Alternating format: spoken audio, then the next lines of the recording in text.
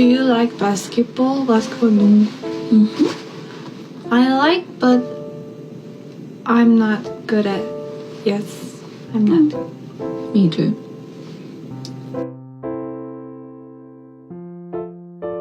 Hello, everybody. Welcome back to the State of the League podcast, the only NBA podcast that answers trivia about. We know all the trivia and stuff. That's kind of like our thing. Is we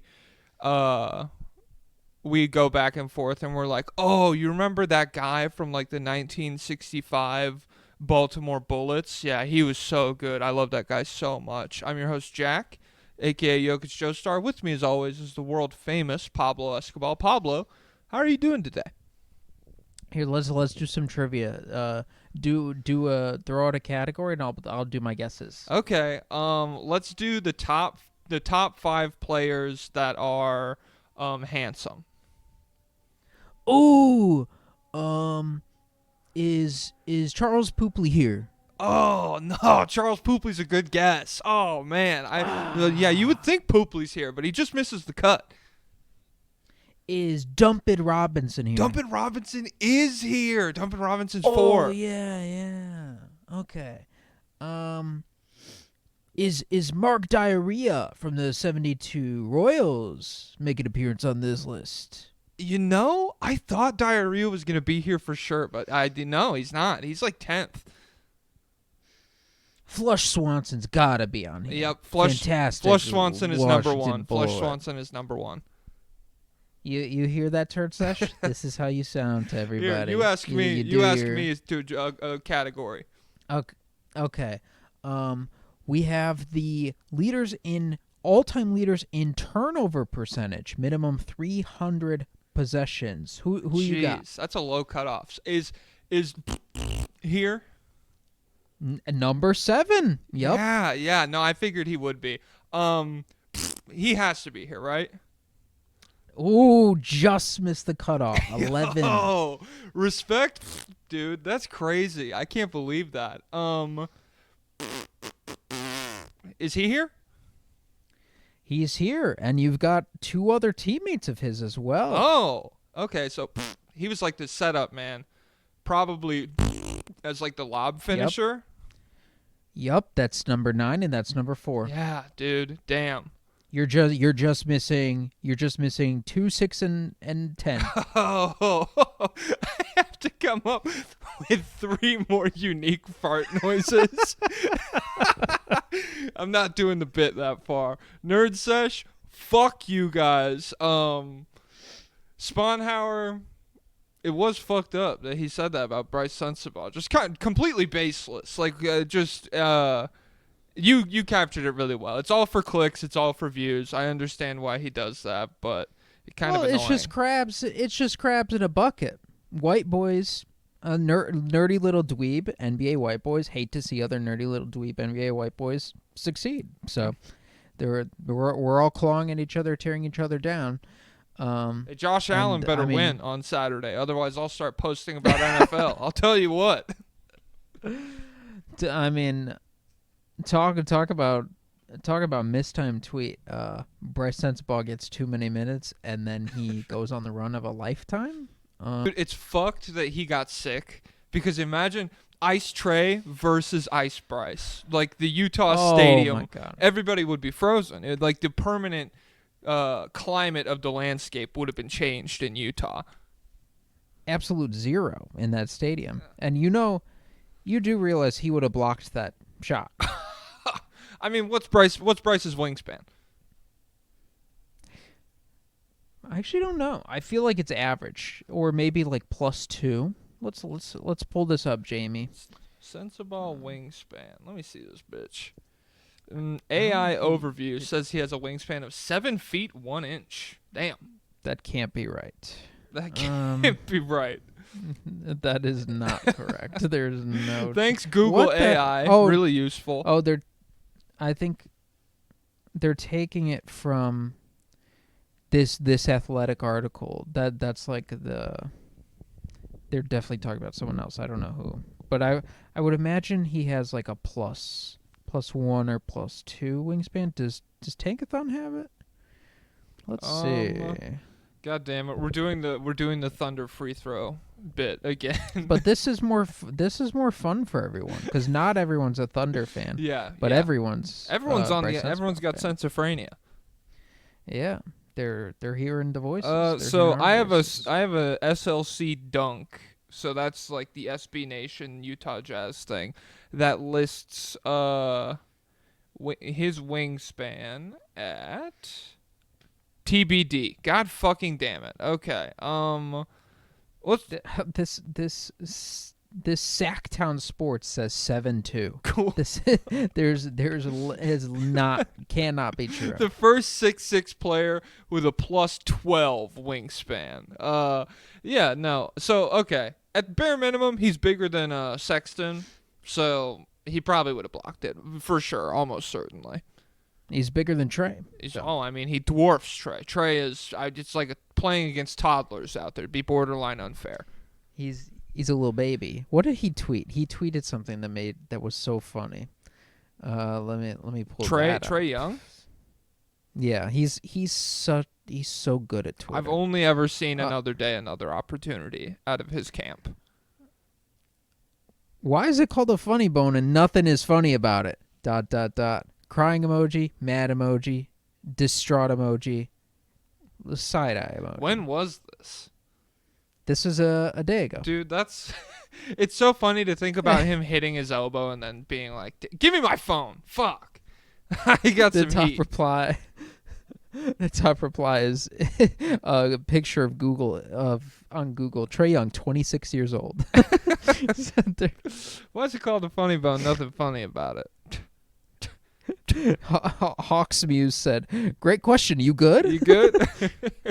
Yeah. Okay. Well, I guess today we still are going to talk about the Pistons. However, we were going to have Kofi from fucking Secret Base and just around the NBA internet on to talk about the Pistons. He's a Pistons fan. However, ExxonMobil agent Matthew Sponhauer started a wildfire in Palisades, California that has brought into jeopardy pretty much the rest of the state. I mean, geez, it seems like the entirety of Los Angeles is in danger of getting fucking burned. And so Kofi has to... He couldn't make it. He couldn't make it. So it's just us talking about the Pistons today. Yeah, so we are ultimately Pistons casuals. We no longer have an expert on. So I have stuff to say about Cade, but the rest of the roster, it's going to be lacking. So don't be upset, Pistons fans. Yeah, I would wager outside of Cade, there's going to be a lot of, I don't know, it could be, maybe. We were going to be the guys asking the questions. Well, yeah, fuck. We should have opened up a Reddit Q&A. That would have been great. But before we get to the Pistons, we could talk a little bit about schizophrenia. He's at nearly 50-40-90 shooting. Exploded against the Miami Heat, exploded against the Orlando Magic, and would have exploded against the Utah Jazz. And against the Hawks. Yes, against the Hawks. You moron. You know who? You buffoon. So yeah, just genre-defining player, the new Linsanity, many are saying. But you know who has lost to the Jazz over the course of a long winning streak is the Pistons somehow. When did they lose to the Jazz? I think it was like beginning of December or something. Let's see. I was going through their games because they're 8-2 over the last 10, and they're 9-3 over the last whatever. They have the third best record since Christmas. Whoa! What the heck? What the freaking heck? The Pistons, aren't they supposed to be bad? I guess they're not anymore. I guess the vibes have kind of... I don't know. The vibes... That's where we do kind of miss Kofi, is like a vibe check. I don't know what the vibes are like in Pistons land. I have to imagine they're through the fucking roof, even with the Ivy injury and everything. Just, it feels like the franchise is starting to turn a corner away from objectively bad, no way you could put a positive spin on it, into, hey, they're mid, We're ascending towards... like the top of the play-in tournament tier team. So the last time they played each other was the game where Jordan Clarkson and Ron Holland squared up with each other. Remember? Oh my God. I do. I mean, vaguely. There's been real fights in the NBA since then. So Hey, Amen Thompson post Tyler Toss. He got the hero bump. Yeah, he's been going crazy. It says the Jazz scored 42 points in the first 10 minutes of this game against Detroit. Did Bryce play at this? Let's see. Hey, 42 points. Bryce didn't get a single one of them. Will Hardy, you'll never see heaven. No, Bryce went 2 for 3 in this game in 12 minutes. Oh. Yeah. Oh my God. Dominant score. Yeah, that's a historic efficiency. Has anyone ever had a field goal percentage of 66.66666% in, as a shooting? He's a guard, right? He's a shooting guard? Yeah, power guard. Genre guard. bending. But Genre, yeah. No, he's hard to pin down. He's like Bob Dylan. One moment he's acoustic, the next he's electric, in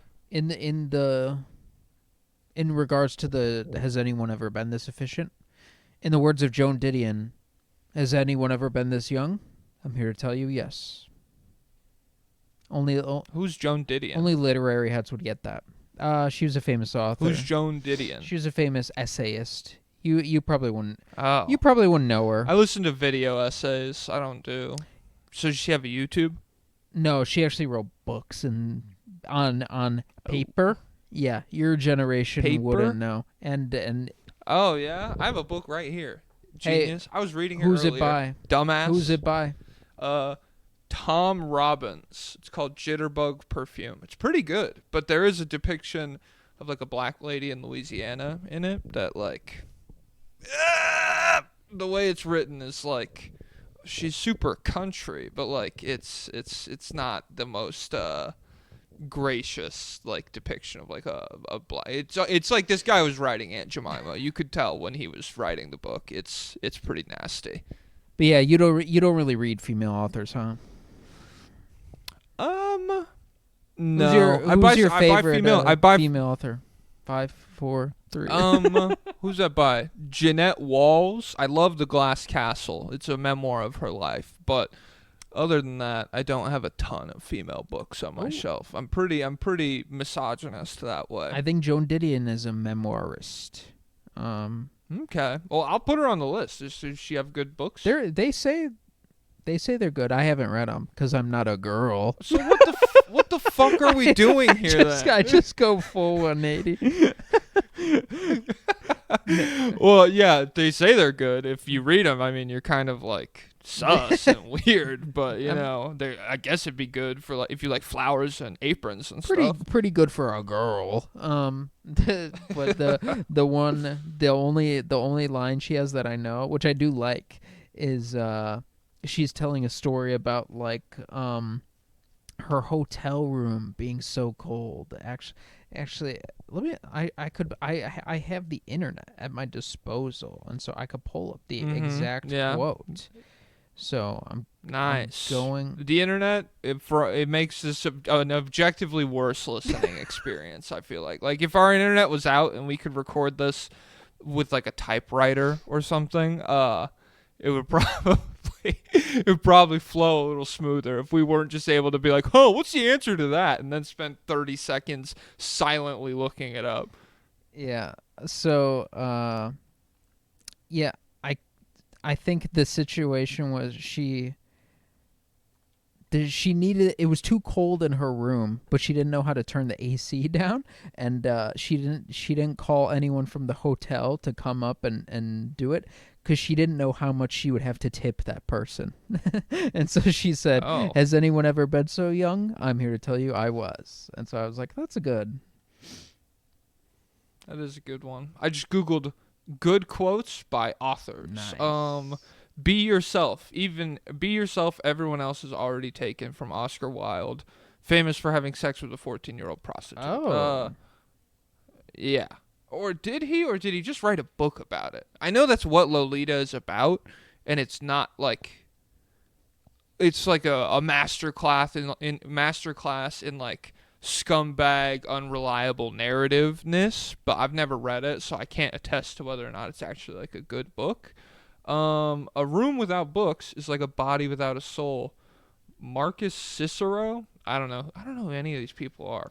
What a life hack, writing a book with an unreliable narrator. You just say anything.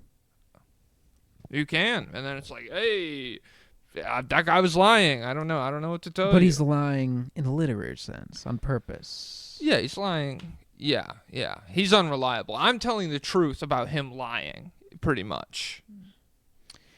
Okay, 17 minutes in. You want to do some Pistons talk?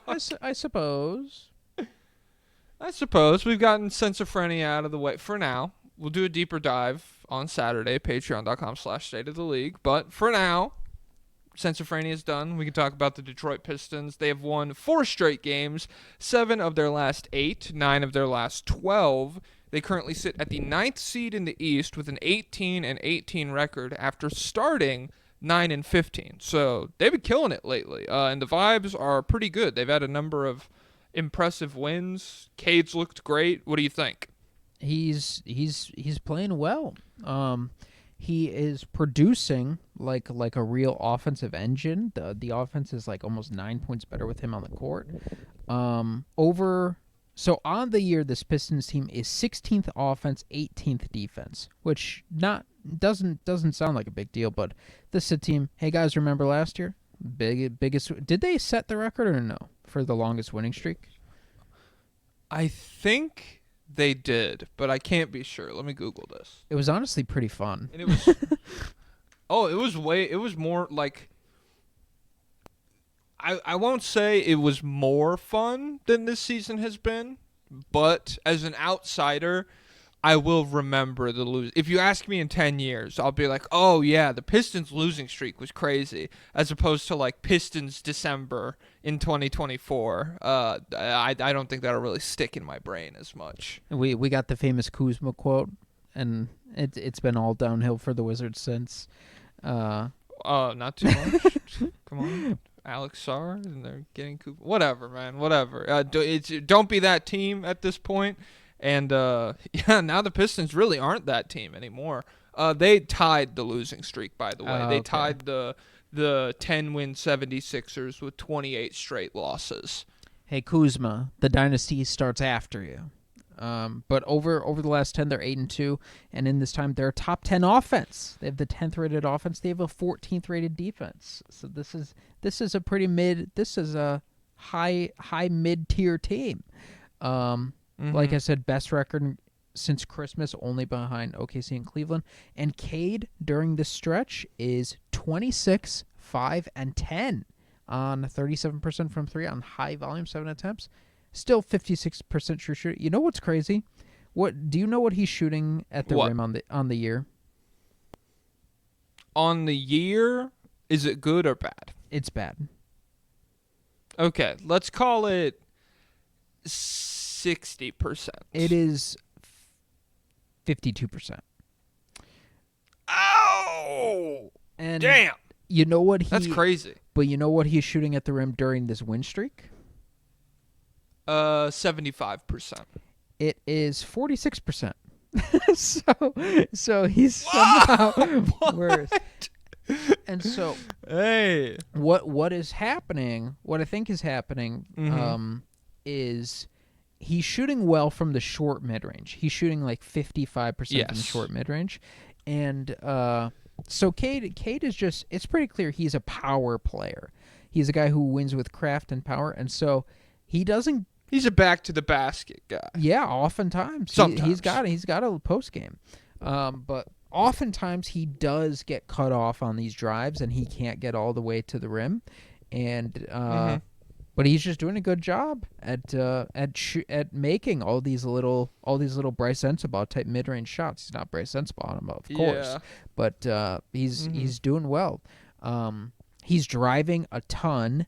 Even though he's not getting all the way there, I think that he's 4th or something in drives in the NBA, and I tried to the paint touches stat on NBA.com. I don't know how to interpret. He's at like 1.5. What does that mean? 1.5 paint touches per game. I don't know what it. I don't know it per game, per possession, see. per 100. Let me see. All right. Look up NBA paint touch stats.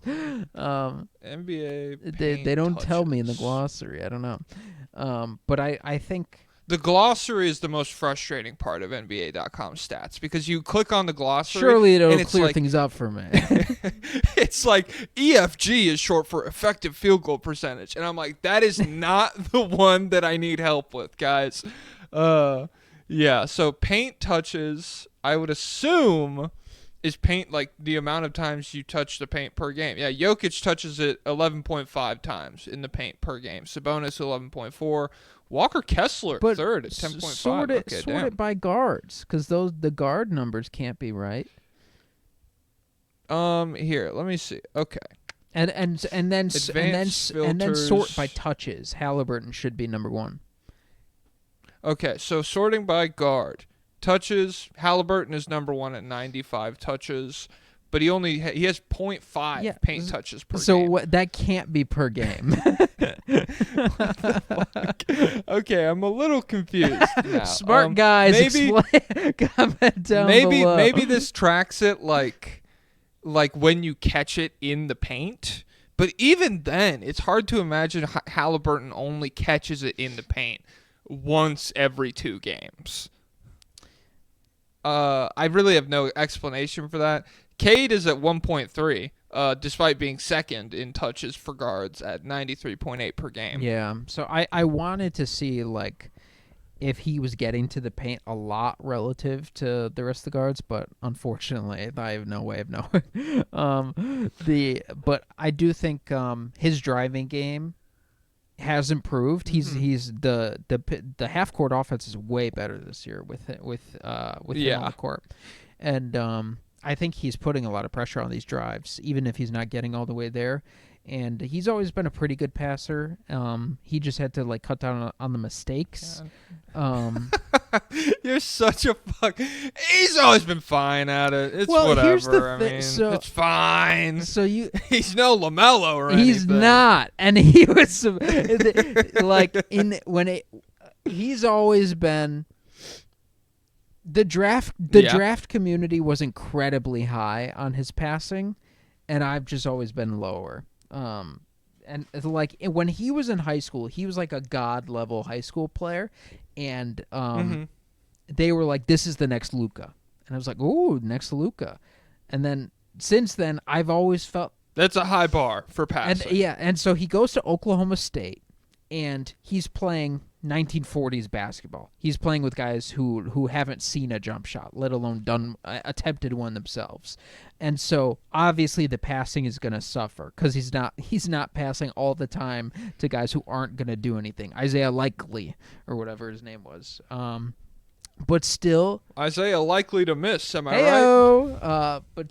Sorry, Isaiah Likely. I know you're listening. We love you. Or was it Likey Kelly? I forget how you say his name. But still, there were some passes that like just the top tier guys wouldn't miss that I felt like he was missing. And then his whole time in the NBA has been weird, where he just like makes these mistakes that I feel like other guys don't make. Where he's just like, oh, my teammate's right there. Here. Oh crap! The guy in front of me jumped up and swatted the ball away. And what's going on, Cade? And so I've always been lower on his passing than a lot of smarter people than me are. So I could have been wrong this whole time, but still, I say he's pretty good. I say he's good. He's a good passer. Yeah, I agree. And I don't necessarily think he's like on. I think LaMelo is a better passer. It's just like the way you talk about Cade on some aspects, like the turnovers. The turnovers are down. I feel like he's cut down on the turnovers a lot. And a lot of the shit that you're describing where there's clearly not an angle for the pass, and he's like, no, I see it, and he just throws it. But it's directly. not even like he's trying to do something crazy, like manipulations, fit it through a tight window. He's just like, my teammate's there. Oh crap, they got it. Oh shoot, how did they get to that one? I feel like he's trimmed down on it a fair amount. what I'll say about Cade's passing is I think there's he has his spots where he's like a very good passer. And I think that's why the short mid-range, the sensible zone, if you want to call it, has been so productive for him, is because I think he's way better at finding the dump-off pass to like Duran or Isaiah Stewart or whoever the big man is. I think he's way better at finding that pass from the short mid-range than he is from like getting all the way to the rim.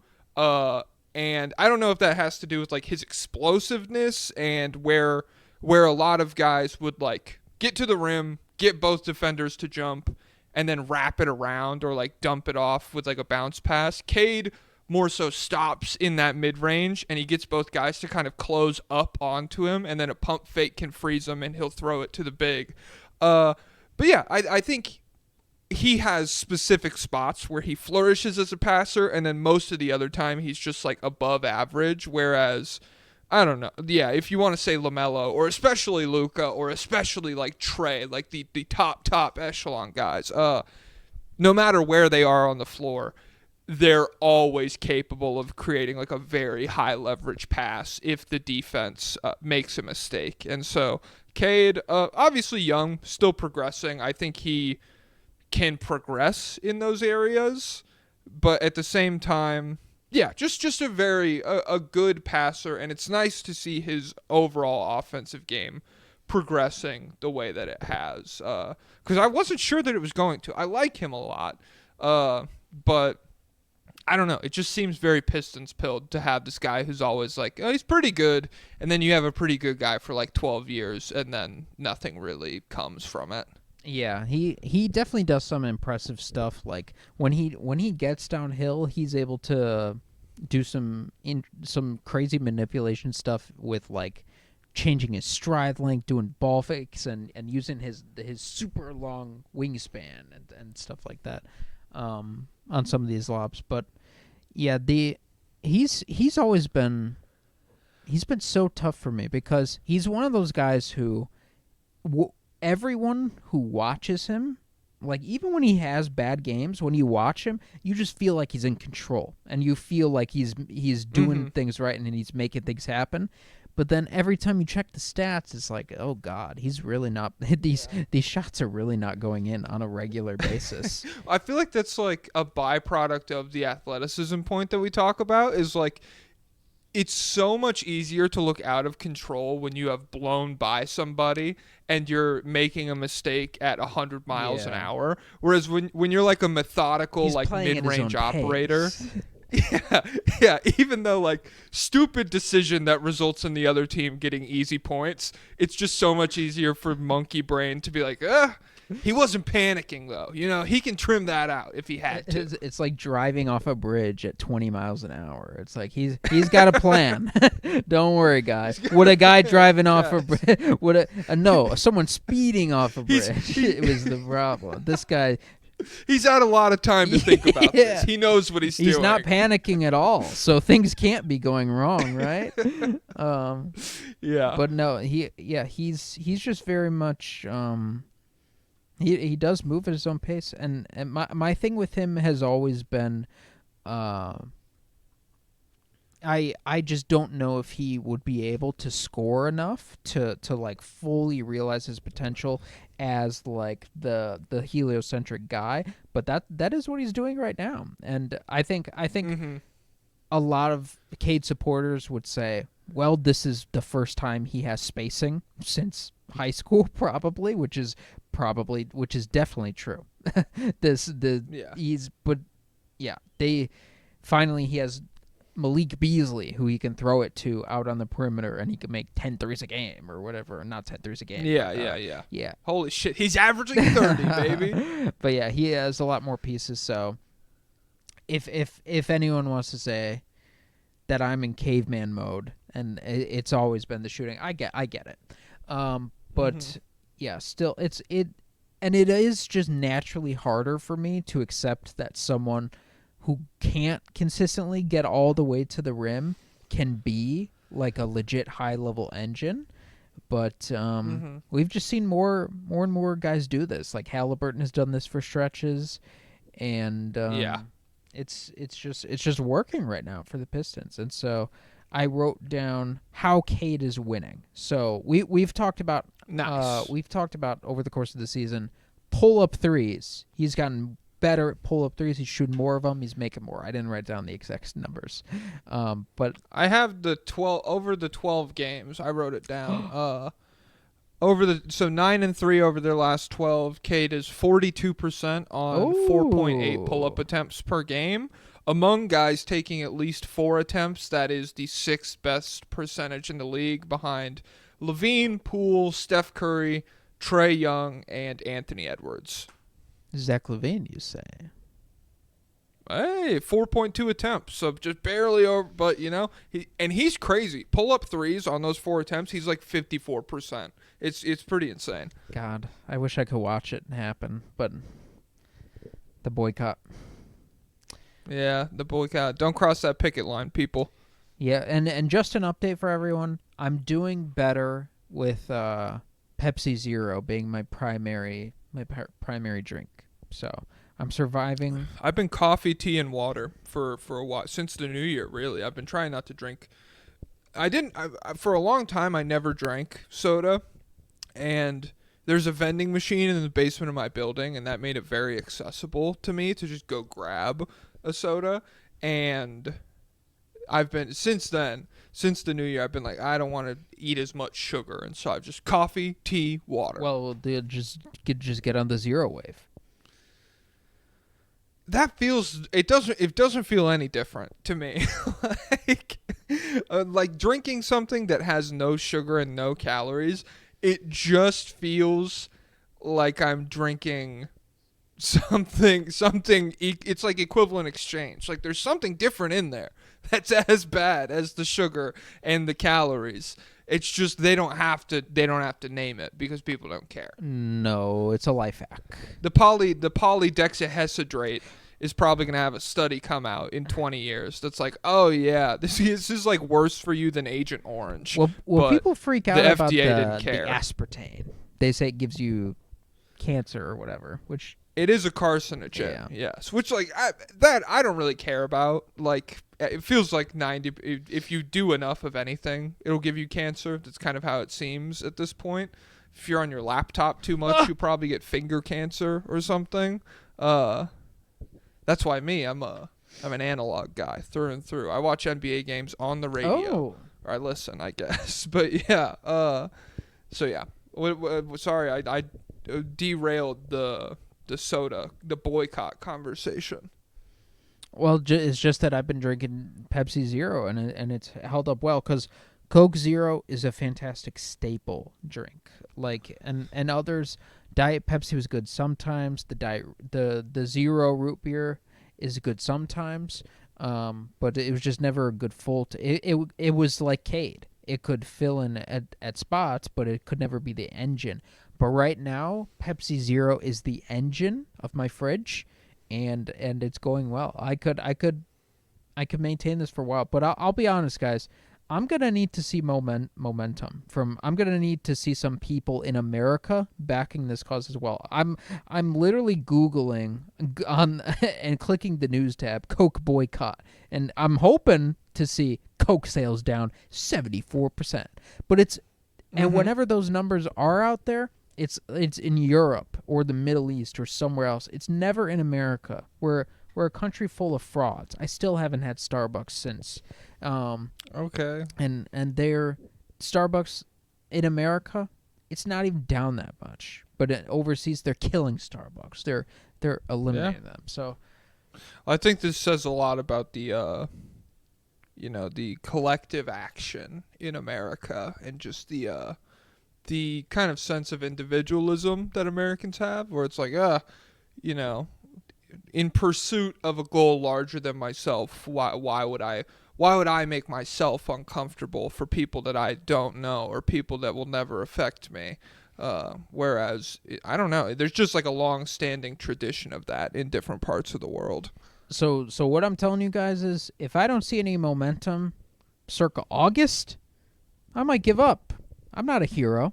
I might go back. I might turn this boycott from 1 to 0. So get on the horse, everybody. Shit.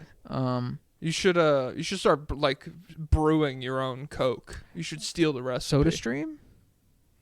SodaStream could be the move. Wait, no. I actually. think they literally, I think they like have a plant in Israel. God damn it!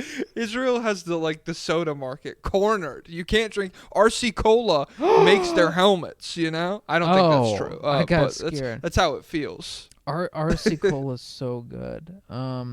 Yeah. They literally, the company's main manufacturing plant is located in this place I can't pronounce, an illegal Israeli settlement in the West Bank, built on stolen land from Palestinians. So What the fuck? you can't buy the soda. You can't fucking make that soda.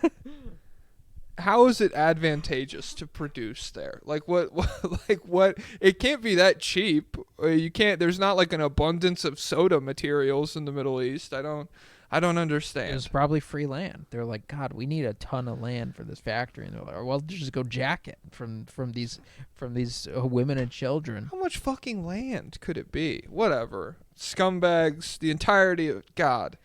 Fuck you, SodaStream. Soda. I know you listen to this. Yeah, Joe Biden. Soda. God, motherfucker, dude. All right, so Cade, some cool stat lines from these last 12 games. You already touched on it. 26 points, 10 assists, 6 rebounds, 56% true shooting with 3.6 turnovers per game over the last 12. So he's cut down those turnovers. The efficiency, it's manageable. The 3-point percentage is what you really love. And it's a shame that we didn't get like more direct overlap between real high level Jaden Ivey basketball and Cade Cunningham. Like, I know they played most of this season together, but Ivey's season was like great start, really weird 6-7 games, then another 3 great games, and then he broke his leg. So if they had just gotten this whole year together to kind of figure out how to play off of each other, that would have been great. Yeah, if they didn't have a coach sabotaging them last year. That is so crazy. Oh my God. Every time I think about it, Monty Williams is like, hey, you're going to fucking fire me. You know that, right? You're going to fire me. Killian Hayes, 40 minutes a game. That's what you're getting. I'm not playing your lottery pick because I don't like him. He's too fast. Yeah, but so some cool stat lines from Cade. 40 points, 9 assists on 62% true shooting in their win over the Timberwolves the other night, where Anthony Edwards had 53. And they blew them out. It really wasn't even close that whole time. It was like double digits, 14, 15 points. Against the Knicks in a win, he had 29 points, 15 assists, 10 rebounds, 72% true shooting. In a win versus the Suns, 28 points, 13 assists, 61% true shooting. In a win versus the Kings, 33 points, 10 assists, redacted true shooting. In a win versus the Heat, 20 points, 18 assists, redacted true shooting with only 4 turnovers. So, yeah, he's just been incredibly productive at a good point in the season. He'll probably be an all-star, you figure, right? I think, yeah, for sure. Because he's a guy like players, like we talked about the it factor, the eye test factor. Players feel that too. Like all players speak very highly of him. And remember, he was the select team killer, the menace. Oh, yeah, I forgot about that. So, yeah. Well, that'll be cool.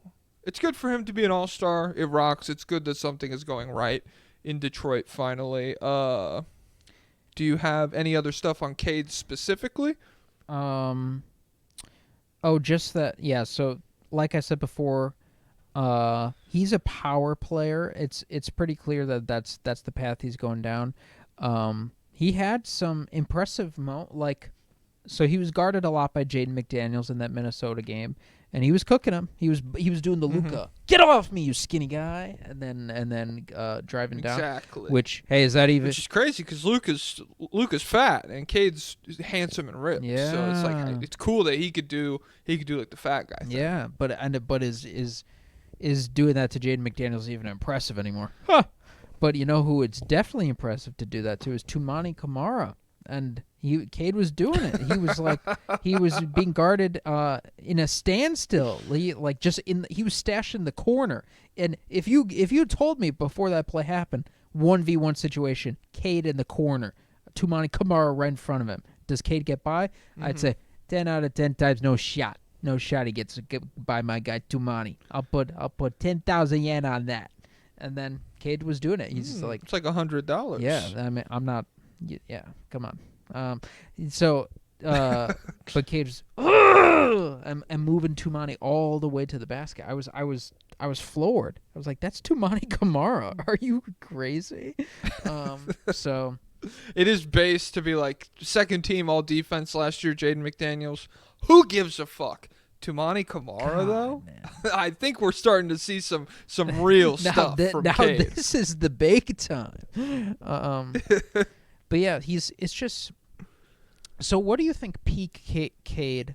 Well, let me ask you, right now, what do you think the ceiling is? Do you think this is a guy in a normal NBA with no Celtics-level apocalyptic threat? Will the future version of Cade be a guy who could be the best team on a team that comes out of the East? Probably. I feel like he like peak right now would probably be like best player on a very talented team. Like I don't think you're gonna see like a real backpack style run from him where it's like it's the conference finals and Cade takes over and he just has like a career defining series that lifts them to the finals. That could happen. I don't know. We haven't even seen any playoff experience from him yet. So this is like super duper projection, but I think I'd be comfortable saying he probably exists in like Donovan Mitchell-esque territory at some point in the future, where if you surround him with a number of other all-stars who suit his play style really well, I think he can exist like in a number of different ways. I think there's a bunch of different ways that he could find success on a basketball team. I don't think he has to be as ball dominant as he has been in Detroit. I think there's a path forward for him to become like a good catch and shoot 3-point shooter, or a guy that's good at just attacking closeouts and a serviceable 3-point shooter, where if you get him the ball with the defense already in rotation, I think that could be really dangerous. And then also on the other end, you don't have to worry about him. He's a very good defender as well. So I think you could build a really good two-way team and not have to worry about him on the defensive end, the way you worry about LaMelo, the way you worry about like Darius Garland, the way you worry about Luka even. So I don't think I'd be comfortable saying at some point he gets to the Donovan Mitchell-ish territory, but not to like the Luka territory. That brings up two more things that I forgot to say about him. I think I haven't watched every game during the streak, but I do think the heavier offensive load has caused the defense to slip. Because hey, I'll tell you what, Tumani Kamara got him on the other end a couple times as well. I was like, what the heck? Tumani Kamara on offense? Don't let this guy too many buckets. It's too many buckets. Come on, man. And he was like, as a Trae Young fan, a lot of times Trae Young is like on defense. It's like, come on, hurry this up. Come on, there were some moments with Cade like that where he's just standing in the corner, and I know he's capable of being like a super disruptive low man, help team defender, but in some of these games, he's like, come on, get the inbound, we got to push it. Yeah, and I'm susceptible definitely of during the win streak, I've seen him make individual plays that were really good defensively, but I haven't really locked in to game how he looks for a full quarter on that end of the floor. So it's entirely possible that like you're right. if the offensive load is what's causing the defense to slip, in a better situation, I have faith that the load wouldn't need to be this high. That's not the only way he can find success. Pistons fans, weigh in. How has Cade's defense been? Comment down over the below. course? Comment down below. I hope you're okay, Kofi, and let us know how Cade's doing on defense lately. Epic. Hashtag prayers for Kofi. And then the other thing is, you talked about him playing off closeouts. That's been another big part of his success. I feel like is they're doing a lot to get him the ball on the move already, and when he's not playing from a standstill, I feel like he's even better at creating advantages, because he's just smart about using guys' momentum against them, and a lot of times he'll get the ball on the run and he'll stop and then he'll like drive into where all the help is, and I'm like, Cade, what are you doing? But he's carrying the ball through all the digging in defenders, and it works out and it's fine. He's zagging. Yeah. He's zagging, and no one expects it. They're like, that part of the floor is open. He's like, that's where they want me to go. These idiots. And so yeah, I think he's very crafty when he gets the ball in the move, and they're doing more to empower him and make it easier for him, because yeah, when you have a guy with not the best burst in the world, you don't want every single possession to be ISO from the top, ball up top, beat him, do it. It's kind of like the all of the stuff you're describing to me is like big flaws with Julius Randle, where like when he gets the ball on the move, he doesn't use anybody's momentum effectively. Like he just stops and everything stops, and then he is often creating from a complete standstill as a guy who doesn't have great burst, and you just see like a lot of the problems that come with that as an isolation scorer, especially when he's not able to like overpower his matchups. And so there's only one kind of super momentum that matters to him. This arm, your rib cage. Yeah. Boom! Boom! All NBA third team. Boom! Boom! Boom! Did you see the cameo those guys had where it was like, oh, we're sorry that your brother died. Boom! Boom! Boom! Boom! Boom! That would make it better. That would make it easier. Low key. Yeah, exactly.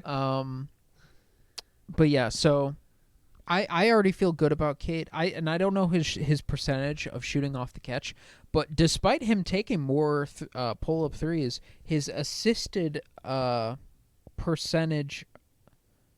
Oh, wait a second. No, never mind. I tweaked. Never mind. But yeah, I feel good about his ability to play off ball and create off of closeouts, and so I think it's very easy to see how he could be a winning player. I just still have trouble conceptualizing him as the best player, like the offensive engine on a Pistons team, and I don't quite know what would be best. Like I'm famously a big Jaden Ivey believer, and I think the synergy between those two would be obvious with like a peak Jaden Ivey as he's like the rim pressure guy, and then Cade is playing off that little thunder and lightning. But I can't say with any kind of confidence that Ivy is definitely going to get there. And then so I don't know what kind of player pairs with Cade best. Like, do they need a dynamic big man? Do they need I don't know what they need. But I also don't know about the short mid-range translating to the playoffs. And so, well, I guess the question is, peak Cade, does he have to be an elite mid-range shooter? Yeah, I think so. Because like when I'm describing like the best version of Cade that I'm imagining, I don't have any like delusions about him magically becoming like a really great finisher at the rim. I think ideally he remains as good as he is in the mid-range right now, maybe gets a little bit more effective at it, and then just is serviceable as a rim finisher. I think what is he already, 24? He's 2021 draft, and I think he was a year older in his class. So yeah, maybe maybe Let me see 24. this real quick. Cade Cunningham, birthday. It's today. He's 20. Okay, 23 and 105 days. So, I don't know. There's time. Wait, to he's 22 right now. He's 23. Oh, okay. There's time. It's just to go from where he's at right now as a rim finisher, to go from like stretches of 46% at the rim to then being like so good that he could afford to be mid from the mid range. I don't see it happening, and I don't even necessarily think like just because it's not the meta, I don't think he has to like abandon. I want to see him keep the short mid-range smooth operator under control, driving off a bridge at 20 miles an hour type thing. You know who'd be an epic partner for him? Zion. Who? Okay. Wall up, and then Cade is like, "Haha, I'm an assassin sneaking through the wall. I'm behind the wall." Mm-hmm. Yeah. I mean, low key, like the way when you watch Zion, the way everybody in the paint just abandons their man when Zion like jumps into the air. It's like, oh, red alert, we have to go now. Even with like Gobert at the rim. Yeah, it's crazy. And so he would be cool. I don't know if he'll be available. I don't know if he'll ever be healthy, but it would be sick. Yeah, I don't know. I'm curious. So let's talk about the supporting cast. Let me timestamp this bitch real quick. Supporting cast. So I broke it down. Timestamps It's on a hard Wednesday episode. Oh, you guys are spoiled. I know. Cast. So the supporting cast, it's a little bit difficult to tell which of the young guys are locked in as like core members, and that's why it's kind of hard to address what the best additions to maximize Cade would be. Where it's like, if you look at the roster, Cade stamped, Jaden Ivey stamped, Asar Thompson stamped, Ron Holland stamped. How do you feel about guys like Isaiah Stewart, Jalen Duren, people that I haven't named, as far as the younger core people go? I really like Isaiah Stewart. Jalen Duren is still so young, but I don't know if either one of those guys are the starting center for a Pistons team that is really legit. Maybe I'm too low on Stu, but I don't know. He's so small. And like he succeeds and everything, but if you like for Cade to be so good at like setting up lobs and stuff, I don't even know what Isaiah Stewart shoots on lobs. It's just like watching him play, he's obviously not the hardest roller lob man in the world. Yeah, I'd love to get some jumbo guy down there. I don't know who it would be. If it would be a guy, Some big dumb come fuck. on, or if it'd be Rocco or someone. Who's gonna be a free agent? Anybody? No centers, I think. I don't think so. Yeah, the free agency doesn't even exist anymore. If you want to move teams, you just ask and they do it. 2025 NBA free agents. I know Kyrie could be, and LeBron could be. Could be. So yeah, Kyrie, LeBron, Brandon Ingram, Julius Randle, Jimmy Butler, Miles Turner is like the first real big man on this list. Oh, Naz Reid has a player option. That could be fun. I don't know. It feels like Minnesota moved Cat specifically so that they could open up money for Naz Reid, or that was like at least part of it. And so I don't think they would let Naz Reid walk. He just has a player option to like renegotiate a contract. So yeah, but I mean, so just looking around at the rest of the supporting cast, I'm with you on Jaden Ivey. I'm not as locked in on Jaden Ivey as you are, but I really like him, and he was. Yeah, I'm not. Honestly, at this point, I'm not like 100%. This guy is a starter when the Pistons are good. It's still up in the air. I need more consistency. And that's also a tough bar for us to set for a team that it's like, oh, sweet, we have to make a video about this team because they're the 9 seed and they've won 9 out of 12 games. Like, for that to happen, for us to immediately pivot to like, so when this team is, making the second round, what is it going to look like? It's a ways down the road. And so the fact that like you're not sure about Ivy yet, I don't think it's like a crazy condemnation, but moving forward over the next couple of years, I think there's no way they would want to move off of him. Same with Thompson, same with Holland. Isaiah Stewart's just weird because I like him a lot, and he is talented. It just feels like everybody on both sides is always putting him in trade packages. It feels like Detroit is constantly like, well, that's a guy we could move. And then especially anybody who like needs a backup center, it just like pretends that Detroit is there's nobody in the front office. It's an empty building that like nobody occupies and they're on autopilot. And so if you just attach whatever garbage salary you want and like a second rounder, you can get Isaiah Stewart back. It feels like he's always being targeted by people like that. But yeah, I don't know. I like him.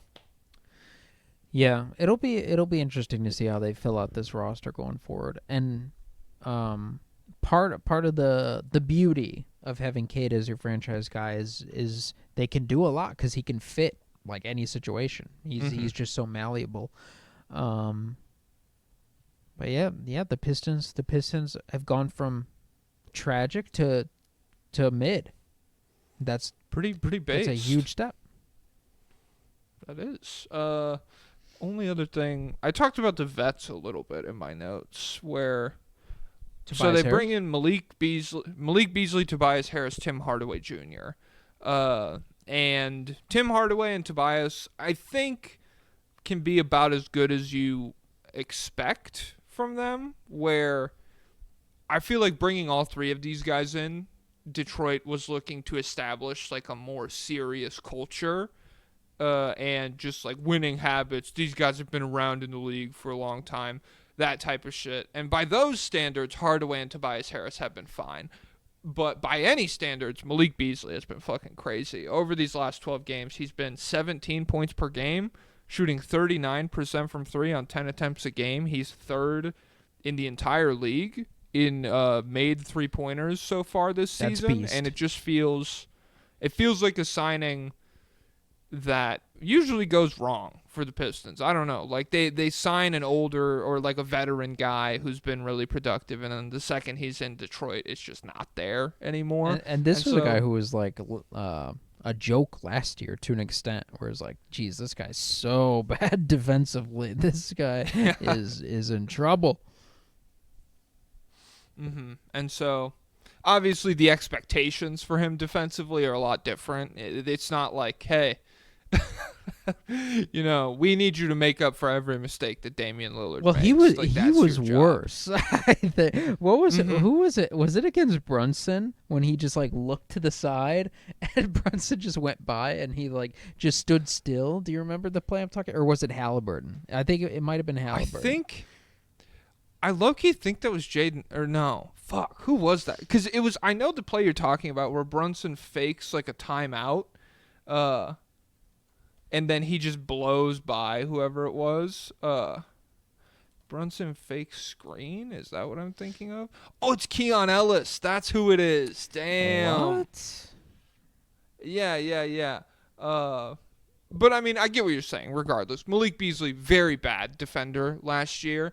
I just think in Detroit it doesn't matter as much. It's not like he's had like a complete 180 defensively or anything. He's just been more productive on higher volume as a three-point shooter. And although I don't even know if the volume is that much higher. Regardless, he's been good. Good signing for them. I like him. They just have more guys who are capable and can add something. Like Ron Holland, even though he's a rookie and he's like raw, he's just a big-time athlete who can make some things happen defensively, rebounding and transition, stuff like that. He could square up with Jordan Clarkson. I know that Marcus Sasser has had some good moments during this this Mm-hmm. win streak, and then like Tim Hardaway Jr., Tobias Harris, and Malik Beasley. Like if you compare them, who have they been trotting out there before? Like Isaiah The last Livers. one, the killer last year was Alec Burks. I feel like. Yeah, Alec Burks, Killian Hayes. I mean, just looking at this, fucking Bogdanovich was like really weird. Well, he was for really them. good for Livers. them, wasn't he? Bogdanovich, 20 points, 41% from 3 over 30 games. Yeah, he was good, and then they traded him to the Knicks. Yeah. And he did nothing. Yeah. The Knicks. Tibbs is like, I can't trust this guy. This 34-year-old. I just don't know if he has what it takes. Yeah. It's weird. The miss that I think they would probably not do if they could do it over is Quentin Grimes to Dallas. He's looked really good. And Hardaway has been fine, but Grimes is like really young, and he would just be a nice addition with the rest of this team. Yeah. What was that trade? It was Grimes for Tim Hardaway Jr. and I think a little like a pick, second rounder, something like that. I don't know exactly off the top of my head, but it was essentially Dallas just like, get Tim Hardaway the fuck off my team, please. Yeah, that was, and I remember Quentin Grimes wasn't doing anything for them at that point, but still, just a young two-way player. Where was Quentin Grimes before Detroit? New York. Yeah, okay. So they got him in the Bogdanovich trade. I believe so. Yeah, him and that's who I was thinking of. I wasn't thinking of Bogdanovich. I was thinking of Fournier because Bogdanovich was good for them, and then they tried to trot out Fournier for a while, and he was like, "I fucking hate this. It's stupid. I want to be on a good team." I don't know what he's doing now. I just remember, yeah, he was 7 points, 37% from the field, 27% from 3 in 20 minutes a game, over 29 games for them. So yeah, really tough. Yeah, they just have more positive, additive guys than they did last year. And I think it's resulted in just a way more competent team, especially lately. Like, if you look at the wins they've had, it's wins they would have, no question, smoked last year, especially during the losing streak. It felt like every time the Pistons got into the clutch, I mean, you lose 28, you just lose all faith that you even have the capacity to win games. But every time the Pistons were even in a close game, it was like, they will find a way to lose this, regardless of like whatever lead they have or the caliber of their opponent. It doesn't matter if they were like playing the Nets or whoever, they're gonna lose the game. And this year they've just had a number of wins where they've either made a big comeback or they've out-executed their opponent to prevent them from making a big comeback. I think about, obviously, the win over the Kings that ended Mike Brown's job in Sacramento. The Phoenix win where Cade outplayed Kevin Durant in the fourth is another big one. They had a win over the Heat that was really good. They've just had a lot of very competent wins. Yeah, they're just no longer bottom feeders. And so if they went from I'm coughing.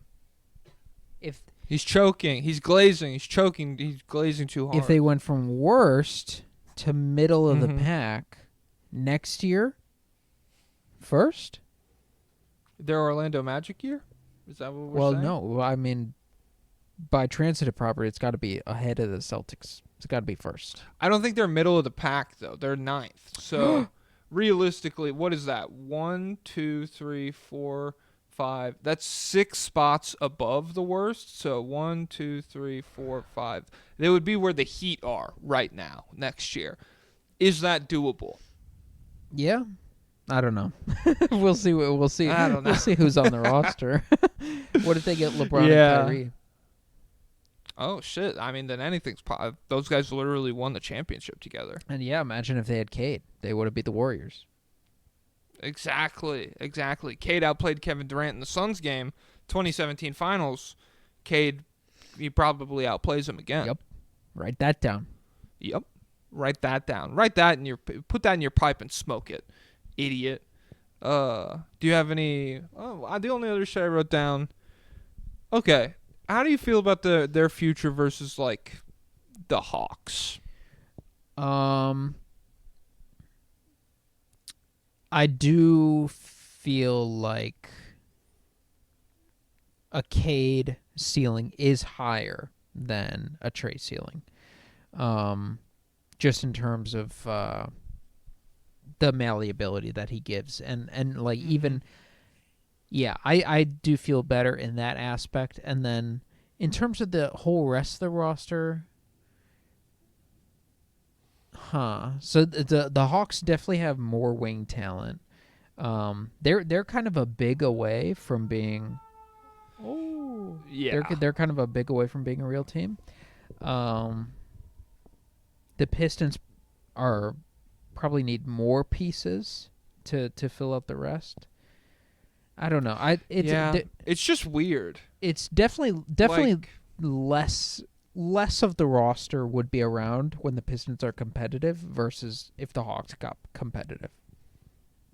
yeah. I don't know. I was just looking. It's weird that the standings being Hawks, Pacers, Pistons right now. It just feels like three teams. Maybe the Hawks and the Pacers are kind of comparable, but it just feels like three teams that are in such different spots to be like right next to each other in the standings. Where it's like the Pistons, I feel like they are ascending, and the Hawks, I feel like, are a big away, or just like a talented, like a move away, maybe the progression of Jalen Johnson, a more reliable Rizachet, whatever, they're that away. And then the Pacers, it's like, are we going to be good again ever? Like really good again ever? It's just, I don't know. It's so hard to plan on what Tyrese Halliburton is going to be. Yeah. And that's why Cade clears. We both think that, Cade versus Pablo. Cade versus Pablo? Oh, Cade defends. I don't know. Pablo's coming back. Did you see that? Good. I do miss him. For all the Pablo. Wouldn't have fucking saved him versus Bryce, though. I'll tell you that much.